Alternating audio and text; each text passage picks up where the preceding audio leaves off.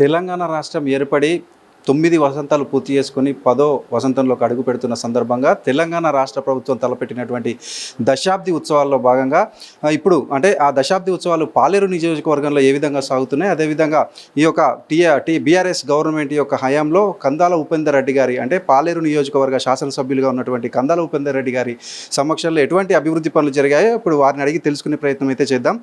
Sir చెప్పండి, ఇప్పుడు అంటే రాష్ట్ర వ్యాప్తంగా కూడా ఈ దశాబ్ది ఉత్సవాల్లో భాగంగా అంటే రాష్ట్రంలో అన్ని చోట్ల కూడా ఈ యొక్క దశాబ్ది ఉత్సవాలు చేయాలని అయితే రాష్ట్ర ప్రభుత్వం తలపెట్టింది.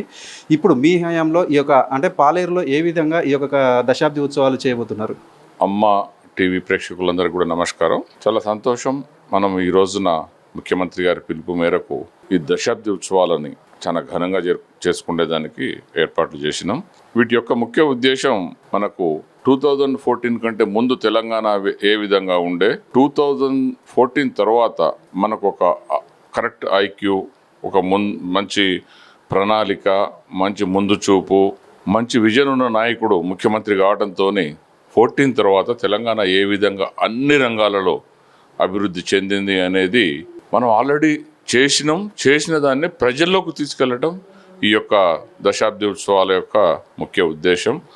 ఖచ్చితంగా మీరు ఏ రంగమన్నా తీసుకోండి, 14 కంటే ముందు ఎలా ఉండే మనం ఖచ్చితంగా మన తెలంగాణ చరిత్ర మొత్తం కూడా 2000 కంటే 14 కంటే ముందు తర్వాత అనేది క్లియర్గా మనము అసెస్ చేసుకొని చెప్పొచ్చు. మా ఈ ఉత్సవాలది మెయిన్ ఉద్దేశం అన్ని రంగాలలో మీరు ఒక సంక్షేమం తీసుకోండి, విద్య తీసుకోండి, వైద్యం తీసుకోండి, ఇంకో పోలీసింగ్లో తీసుకోండి, దేంట్లోనైనా సరే మనం ఏ రకంగా అభివృద్ధి చేసినామో దానిని ప్రజలకు వివరించడమే దీని యొక్క ముఖ్య ఉద్దేశం. సార్, ఏదైతే ఇప్పుడు అంటే పాలేరు నియోజకవర్గంలో అయితే తెలంగాణ రాష్ట్రం ఏర్పడినటువంటి అప్పటి నుంచి కూడా అధికారంలో అంటే ఈ యొక్క నియోజకవర్గ ఎమ్మెల్యేగా బీఆర్ఎస్ పార్టీకి చెందినవారు అంటే ఇంతకు ముందు ఉన్నవారు కావచ్చు, ఇప్పుడు మీరు కావచ్చు, అంటే మీరు వచ్చిన కాంచి ఈ యొక్క 4 సంవత్సరాలలో కూడా మీరు ఎటువంటి అభివృద్ధి కార్యక్రమాలు ఈ పాలేరులో చేశారు? అదే అంటున్నాం, ప్రతి ఒక్క రంగం కాదు, ప్రతి రంగం. ఇప్పుడు సపోజ్ మీకు అంతకుముందు వెనకటికి మన దగ్గర ఒక రెసిడెన్షియల్ స్కూల్స్ కూడా ఉండేవి కాదు. ఇప్పుడు ఈ రోజున బహుశా 12-13 రెసిడెన్షియల్ స్కూల్స్ ఉన్నాయి. మనకి ఇంతకుముందు తిరుమలాయపాలెం కానీ ఇవన్నీ కూడా అప్లాంట్స్ ఉండేవి. ఆ అప్లాంట్స్ అన్నీ కూడా ఈ రోజున ఇరిగేషన్ అందరికీ నీళ్ళు ఇస్తున్నాం. ఇంకా చిన్న అక్కడ కొంచెం ఉన్నవి, దాటిని కూడా చేసి ఖచ్చితంగా మొత్తం నియోజకవర్గం కూడా సస్యశ్యామలం చేస్తున్నాం. అదేవిధంగా అంతకుముందు మీకు కరెంటు ఎన్ని రకాలుగా ప్రాబ్లం ఉండేదో తెలుసు. ఈ రోజున కరెంటు గురించి ఎవరు ఆలోచించేటోళ్ళు కానీ కరెంటు గురించి ప్రాబ్లం కానీ లేదు. ముఖ్యంగా కొన్ని ఊళ్ళలో చిన్న ఇష్యూస్ ఉన్నాయి. అంటే ఇండ్ల మించి కరెంటు 11 kV లైన్ పోవటం, మామూలుగా రెగ్యులర్ లైన్లు పోవటం, అవన్నీ కూడా ఆల్మోస్ట్ మ్యాక్సిమం మన నియోజకవర్గంలో తీసేసి లైన్లు క్లియర్ చేయించినాం. ఇంకా ఏమన్నా ఉంటే కూడా చేపిస్తాం. అట్లా ప్రతి ఒక్క రంగమని కాదు. ఇప్పుడు మీరు సపోజ్ హాస్పిటల్ తీసుకోండి, ఇంతకుముందు ఏ విధంగా ఉండే, ఇప్పుడు ఏ విధంగా ఉన్నది, ఒక కళ్యాణ లక్ష్మి తీసుకోండి, లేకుంటే ఒక రైతు బంధు తీసుకోండి, రైతు బీమా తీసుకోండి, ఇవన్నీ కూడా 2014 తర్వాత టీఆర్ఎస్ గవర్నమెంట్ వచ్చిన తర్వాత చేసినవే. సార్, ఏదైతే ప్రభుత్వ పథకాలు మాత్రమే కాకుండా మీరు అందరి ఎమ్మెల్యేల కంటే వినూత్నంగా ఏదైనా ఈ పాలేరు నియోజకవర్గంలో ఏదైనా కుటుంబంలో ఏదైనా అంటే వారు చనిపోయినా లేకపోతే ఏదైనా కూడా తక్షణంగా 10,000 రూపాయలు అయితే ప్రతి ఇంటికి కూడా మీరు వారిని ఆదుకుంటున్న పరిస్థితి ఉంది. అసలు ఈ ఆలోచన మీకు ఏ విధంగా వచ్చింది? నేను చిన్నప్పటి నుంచి కూడా జనరల్గా చాలామంది చూస్తున్నాము. ఇప్పుడు నేను 1975లో మా ఊరు నుంచి ఇంటర్మీడియట్ చదువుకోవడానికి హైదరాబాద్ వెళ్ళడం జరిగింది. ఆ రోజుల్లో మనకు ముఖ్యంగా వైద్యపరంగా మన దగ్గరలో ఎక్కడ ఏమి ఫెసిలిటీ, ఈవెన్ ఇంక్లూడింగ్ ఖమ్మం కూడా మంచి ఫెసిలిటీస్ లేవు. ఆ రోజుల్లో కూడా మా నాన్నగారు అమ్మగారు ఎవరైనా పంపిస్తే, నేను అప్పుడు జస్ట్ 15-16 ఇయర్స్ బాయ్ని. ఆ రోజుల్లో గాంధీ హాస్పిటల్, ఉస్మానియా హాస్పిటల్, నీలోఫర్, ఇట్లా ఎవరికి ఏ ప్రాబ్లం ఉంటే క్యాన్సర్ హాస్పిటల్ అందరినీ తిరిగి చూపించేటోళ్ళు. ఆ రోజు నుంచి కూడా నాకు ఊళ్ళల్లో బీదవాళ్ళు, మరీ ముఖ్యంగా ఎస్టీలు పడే కష్టాలు, వాళ్ళు ఏం బాధలు పడుతున్నారో నాకు చాలా క్లారిటీ ఉన్నది. ఆ రోజున కూడా వాళ్ళందరికీ హాస్పిటల్లో చుట్టూ తిరిగి ట్రీట్మెంట్ చేసేటోళ్ళం. అదేవిధంగా నేను ఎమ్మెల్యేగా గెలిచిన తర్వాత కూడా చాలాసార్లు చూశాను. చాలా ఊళ్ళల్లో మామూలుగా వాళ్ళ కుటుంబ సభ్యులు ఎవరైనా చనిపోయినప్పుడు వాళ్ళు 500కు, 1000కి, 2000కి ఇబ్బంది పడటం. అది చూసే నేను ఆలోచించి, సరే మనం ఎన్నో చేస్తుంటాం, దానిలో ముఖ్యంగా ఇట్లాంటి వాళ్లకు మనం ఇమ్మీడియట్గా ఏదైనా చేయూతనిస్తే మంచిగా ఉంటుందన్న ఉద్దేశంతో చనిపోయిన ప్రతి వారికి 10,000 ఇవ్వటం స్టార్ట్ చేసినాం.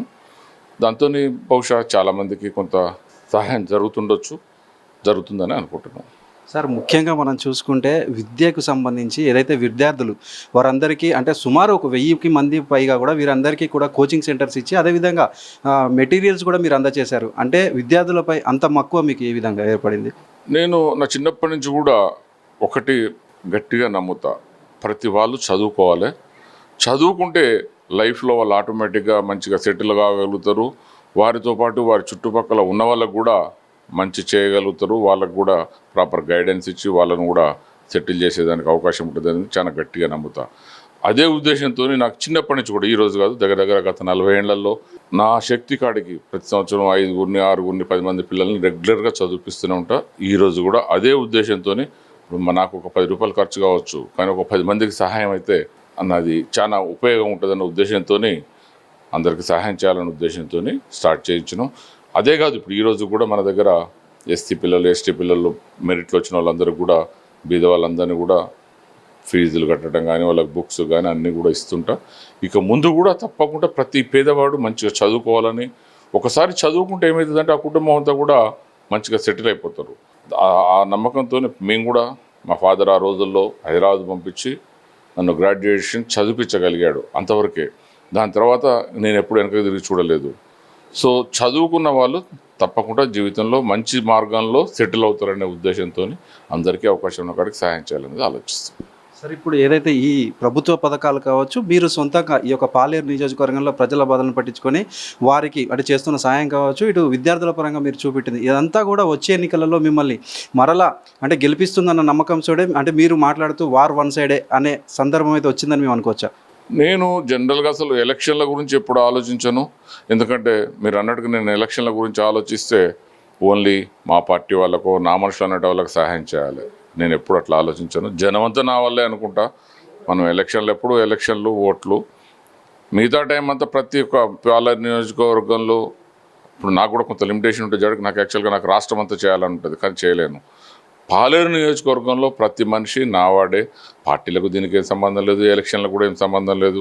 తప్పకుండా మంచి చేసేట వాళ్ళని జనం ఆదరిస్తారు. అదే నమ్మకం నాకు.